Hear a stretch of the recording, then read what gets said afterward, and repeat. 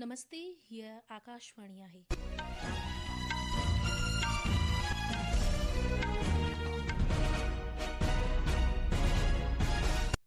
सिंधी समाचारनि सां मां ज्योति फुलवाणी। सभ खां अवल ॿुधंदासीं ख़ासि ख़बरूं।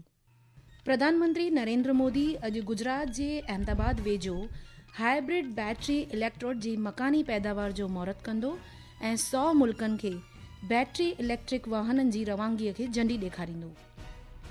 माली वज़रात मर्कज़ी सरकार जे कर्मचारियुनि लाइ मुतहद पेंशन योजना सां राष्ट्रीय पेंशन सिरिश्ते में हिकु मुतहद हिक तरफ़ी शामिल थियण जी सहूलियत शुरू कई आहे।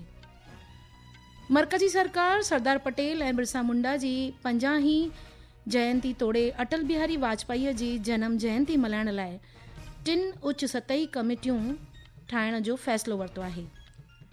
भारतीय बहरी फ़ौज अॼु विशाखापट्टनम में जदीद स्टील्थ 2 जंगी ॿेड़नि उदयगिरी ऐं हिमगिरीअ जी शुरूआति कंदी।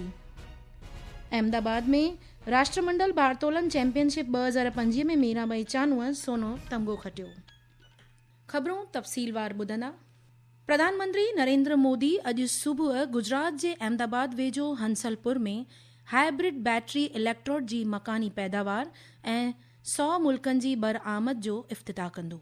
इन मौके ते श्री मोदी हाज़िर अवाम खे भी खिताब कंदो।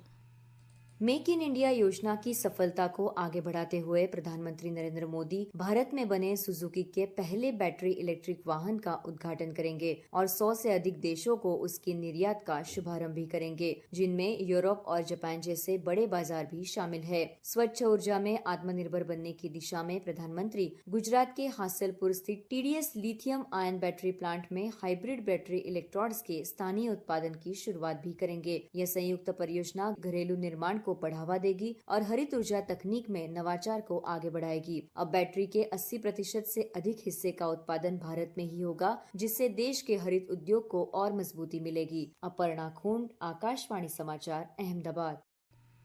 इन खां पहिरीं काल्ह प्रधानमंत्रीअ चयो त हारियुनि पशुपालकनि ऐं नंढनि साहसिकनि जे मुफ़ादनि खे मुल्क सभ खां अवल अॻराई ॾिए थो। उन चयो त कंहिं बि दबाव या मजबूरीअ में इन्हनि खे को बि नुक़सान न पहुचायो वेंदो। प्रधानमंत्रीअ काल्ह अहमदाबाद जे खोड़लधाम मैदान में 5400 करोड़ रुपयनि खां बि वधीक लागत वारी विकास योजनाऊं अवाम खे सुपुर्द करण ऐं संगे बुनियाद रखण बैदि हिक वसीअ आम सभा खे खिताब कंदे इहा ॻाल्हि चई। आज भारत ने आत्मनिर्भरता को विकसित भारत के निर्माण का आधार बना दिया है। अपने किसानों, अपने मछुआरों, अपने पशुपालकों, अपने उद्यमियों के दम पर भारत तेजी से विकास के रास्ते पर चल रहा है। प्रधानमंत्री अहमदाबाद जे हंसलपुर में कायम सुजुकी मोटर प्लांट में 2 तवारीख़ी हासिलातुनि जो महूरत कंदो। इन्हनि तवारीख़ी हासिलातुनि जी शुरूआति साए इनकलाब लाइ भारत जे आलमी मर्कज़ तौरु उभरण जी निशानी आहे ऐं गॾोगॾु मेक इन इंडिया में ख़ुदि मुख्तियार भारत जे प्रधानमंत्री जी कोलबत्ता ॾांहुं हिकु अहम क़दम आहे।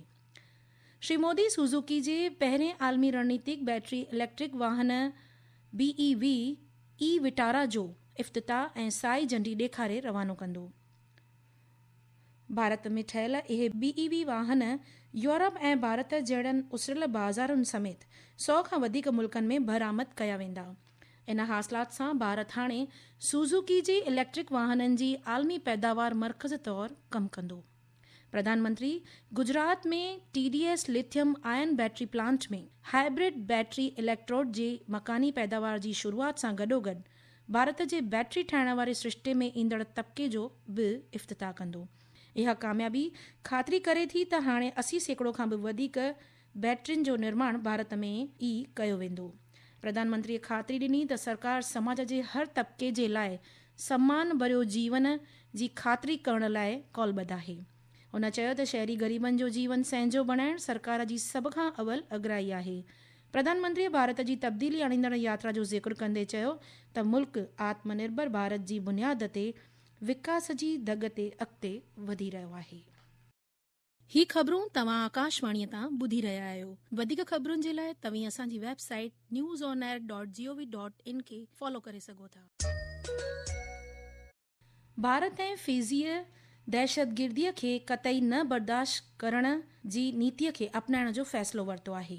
नईं दिल्लीअ में प्रधानमंत्री नरेंद्र मोदी ऐं फिजी जे प्रधानमंत्री राबुका जे विच में ॻाल्हि ॿोल में दहशतगिर्द ख़िलाफ़ सहकार खे मज़बूत करण वास्ते रासपो ॾेखारियो वियो।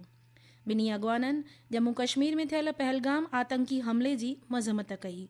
ॻाल्हि ॿोल खां पोइ श्री मोदीअ अख़बारनवीसनि जे सम्मेलन खे ख़िताब कंदे चयो त ॿिन्ही अॻवाननि आतंकवाद ऐं कट्टरपंथीअ खे मुंहुं ॾियण जी ज़रूरत ते ज़ोर भरियो। मर्कज़ी ज़रई ऐं हारी कल्याण मंत्री शिवराज सिंह चौहान चयो त सरकार भारतीय हारियुनि जे मुफ़ादनि ऐं चङा भलाईअ खे अॻराई ॾींदे अमेरिका खां ज़रई पैदावार जी दरामद करण लाइ नामंज़ूरी ॾिनी आहे। हू भोपाल में भारतीय साइंस तहलीम ऐं खोजना संस्थान IISIR जी पदवी अनायत समारोह खे ख़िताब करे रहियो हो। दुनिया के दादा हमसे कह रहे थे समझौता करो, उनके कृषि उत्पादों के लिए हम बाजार खोल रहे हैं, हमारे द्वार खोल रहे हैं। भारत ने तय किया राष्ट्रहित सर्वोपरि, कोई भी समझौता देश के हितों के खिलाफ नहीं होगा। हम अपने किसान के हितों से कोई समझौता नहीं करेंगे, हम अपने मछुआरों पशुपालकों उनके हितों से कोई समझौता नहीं करेंगे। हुन चयो त नव भारत आत्मनिर्भर विश्वास सां भरियल आहे ऐं पंहिंजे माण्हुनि जे मुफ़ादनि जी सलामतीअ लाइ कंहिं खां बि कोन ॾकंदो आहे।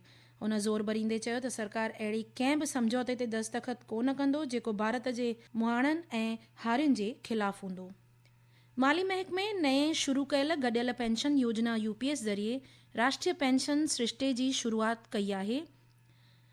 माली सरकारी नोटिफिकेशन वसीलनि UPS जी इन सहूलियत खे ग्राहकनि खे पंहिंजी फ़र्ज़ अदायगी खां फ़ारूक़ थियण खां 1 साल अॻु या पाण मुरादो शेवा मां फ़ारूक़ थियण खां 3 महीना अॻु मैसर थींदी। बर्ख़ास्तगी तड़े कढण या क़ाइदे जी भञकड़ी करण ते कार्यवाहीअ जो सामनो कंदे कर्मचारी इन सहूलियत जो लाभ न वठी सघंदा। सरकार सरदार वल्लभ भाई पटेल आदिवासी अॻवान बिरसा मुंडा जी 150वीं जयंती ऐं अटल बिहारी वाजपेयी जी जन्म जयंती मल्हाइण लाइ 3 उच्च सतही समितियुनि जी रचना कई आहे। मर्कज़ी सक़ाफ़ती वज़रात मूजिबि प्रधानमंत्री नरेंद्र मोदी टिनी समितियुनि जो अध्यक्ष रहंदो। इन्हनि समितियुनि खे मुल्क भर में योजनाउनि ऐं कार्यक्रमनि जी मंज़ूरी ॾियण तोड़े समिति समारोह जी नज़रसानी ऐं हिदायतूं ॾियण जो कमु ॾिनो वेंदो। भारतीय बहरी फ़ौज अॼु विशाखापट्टनम में क़ाइमु बहरी अॾे ते जदीद स्टील्थ जंगी ॿेड़नि उदयगिरी ऐं हिमगिरीअ खे पाणीअ में लाइ शुरूआति कंदी। बचाव वज़ीर राजनाथ सिंह इन समारोह जी सरबराही कंदो।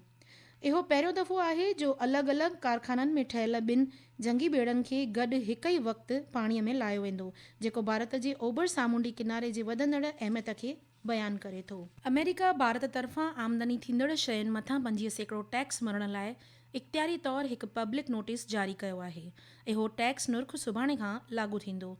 इहो नोटिस होमलैंड सिक्योरिटी विभाग अमरीकी कस्टम्स ऐं सरहदी सलामती इदारे ज़रिए मोकिलियो वियो आहे। इन में चयो पियो वञे त टैक्स अमेरिका जे सदर डोनाल्ड ट्रंप जी 6 अगस्त सही कयल हुकुम जो अमली करणु आहे। रांदियुनि न रुख वराईंदे बैडमिंटन में भारत जे HS प्रणय BWF तहत पंहिंजी चटाभेटी जी शुरूआति अॼु खां पेरिस में कंदो। हू पहिरें दायरे में फिनलैंड जे रांदीगर सां दूबदू थींदो। चूंड कमीशन ॿुधायो त बिहार मां 99.11% वोटर जा दस्तावेज़ हासिल कया विया आहिनि, जॾहिं कि गहरी नज़रसानी SIR तहत दावनि ऐतराज़ ऐं दस्तावेज़नि खे जमा करण लाइ अञा 7 ॾींहं बक़ाया आहिनि। चूंड कमीशन मुताबिक़ दस्तावेज़नि जी रोज़ानो संग्रह नुर्ख़ 1.64% आहे। पहिरें सेप्टेम्बर ताईं जे वक़्त मयाद मुक़ररु थियण जे बावजूदि सिर्फ़ 0.89% वोटरनि हेल ताईं पंहिंजा दस्तावेज़ जमा न कया आहिनि। ऐं अहमदाबाद में राष्ट्रमंडल भारत तोलन चैंपियनशिप 2025 में मीराबाई चानूअ सोनो तमिग़ो खटियो। आख़िर में ख़ासि ख़बरूं हिकु बार ॿीहर ॿुधंदा। प्रधानमंत्री नरेंद्र मोदी अॼु गुजरात जे अहमदाबाद वेझो हाइब्रिड बैटरी इलेक्ट्रोड जी मकानी पैदावार जो महूरतु कंदो ऐं 100 मुल्कनि खे बैटरी इलेक्ट्रिक वाहननि जी रवानगीअ खे साई झंडी ॾेखारींदो। माली वज़रात मर्कज़ी सरकार जे कर्मचारियुनि लाइ मुतहद पेंशन योजना सां राष्ट्रीय पेंशन सिरिश्ते में हिकु मुतहद हिक तरफ़ी शामिल थियण जी सहूलियत शुरू कई आहे। भारतीय बहरी फ़ौज अॼु विशाखापट्टनम में 2 जदीद स्टील्थ जंगी ॿेड़ा उदयगिरी ऐं हिमगिरीअ जी शुरूआति कंदी। ऐं राष्ट्रमंडल भारतोलन चैंपियनशिप में मीराबाई चानूअ सोनो तमिग़ो खटियो। ख़बरुनि जो इहो अंक ते पूरो थियो। नमस्ते।